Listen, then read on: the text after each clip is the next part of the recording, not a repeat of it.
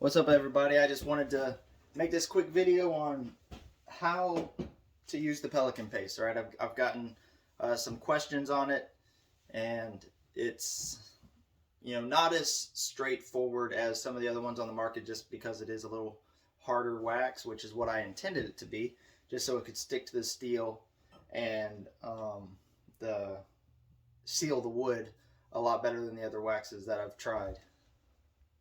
So I've got my fillet knife here that I'm going to apply it to the wood. I think I have applied it to this one in the past, but it's been a while, so it's the dullest looking knife I've got, so I'm just going to use this one as a demonstration.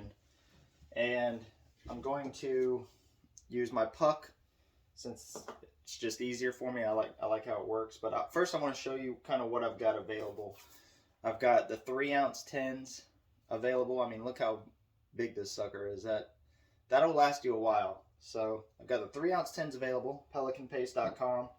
I've got the 1/2-ounce tins available. These are great for just trying it out, or if you want to send it off to your customers with the knife or cutting board or tool or whatever you made for them. This comes in a pack of 3, so you'll get 3 tins with your purchase.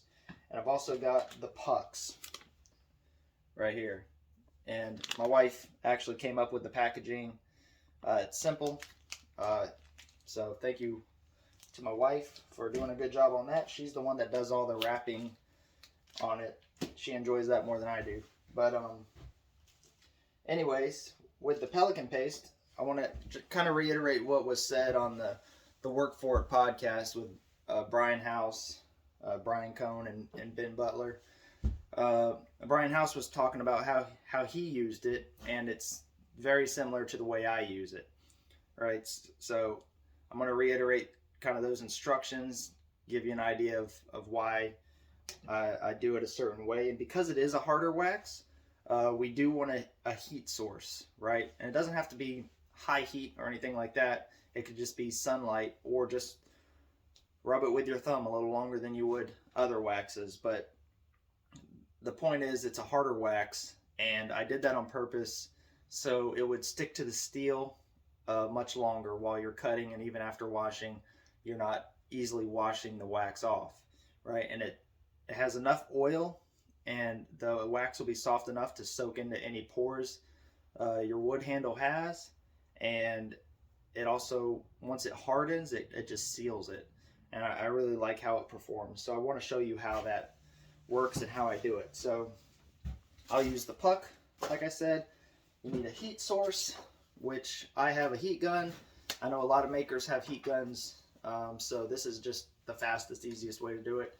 Before I got the heat gun, I would use my wife's hair dryer. I've also used kind of the heat from the eye of the stove. I don't want to recommend that for safety police reasons, but I just kind of held it over the hot eye of the stove just to heat up the surface of the wax, and that did the trick.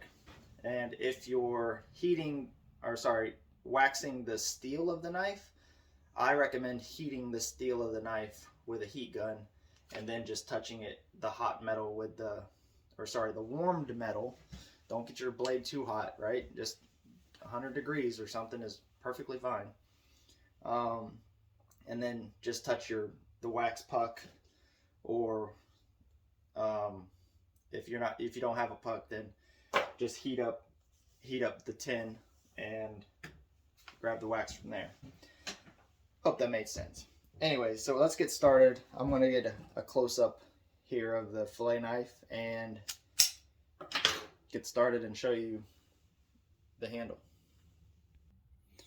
Alright, so I'm going to take my heat gun, just put it on a low heat.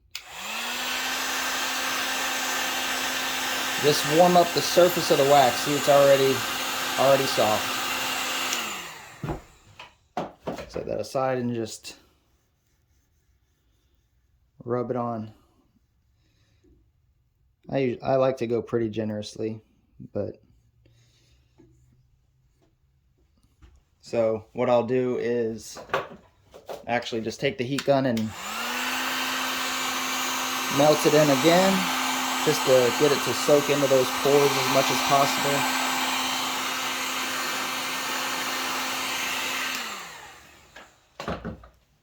then I'll just kind of rub it on.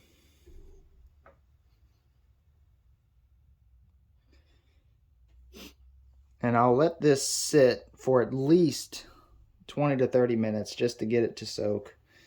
And then I'll wipe off the excess and buff it, so to speak. And I'll talk about that when I get to that step.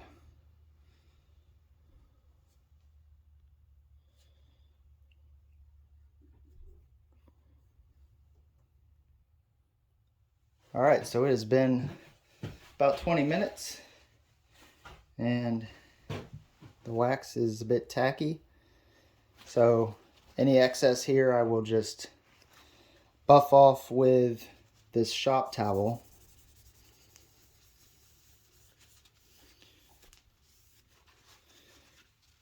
And one way that is great is to actually do it on a buffing wheel, but unfortunately right now I don't have a clean buffing wheel, so I'm not going to do it.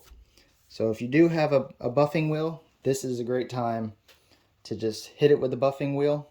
It'll, you know, kind of push the wax into those pores and seal it up nicely once it fully hardens. And only do it with a clean buffing wheel, right? If you have any dust or any compound or anything on the buffing wheel, just don't use that wheel, right? Have a dedicated wheel. So I usually just buff it off with a paper towel.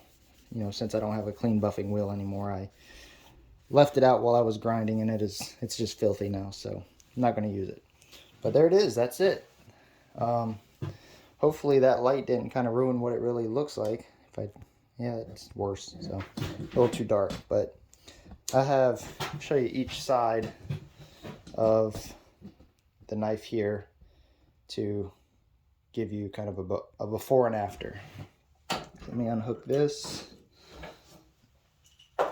And this will continue to harden overnight. You know, sometimes I will keep it overnight. Let me get some good light here. Jeez. I guess that's a little better. I will keep it overnight to let it harden overnight. And that's the before. That's the after. It's a little darker, a little shinier. This one's a little duller. And I wish I had better light to show that off to you, but before, after. I guess that's not too bad. There we go. Before, see how dull it is? There's the after. So really like this stuff and how it performs, and it doesn't leave a tacky finish. It's real smooth feeling, and once it hardens overnight, I mean, it's good for quite a long time. And like I said, I won't do it here, but especially with your Damascus knives, but any steel you want to protect. This is 52-100.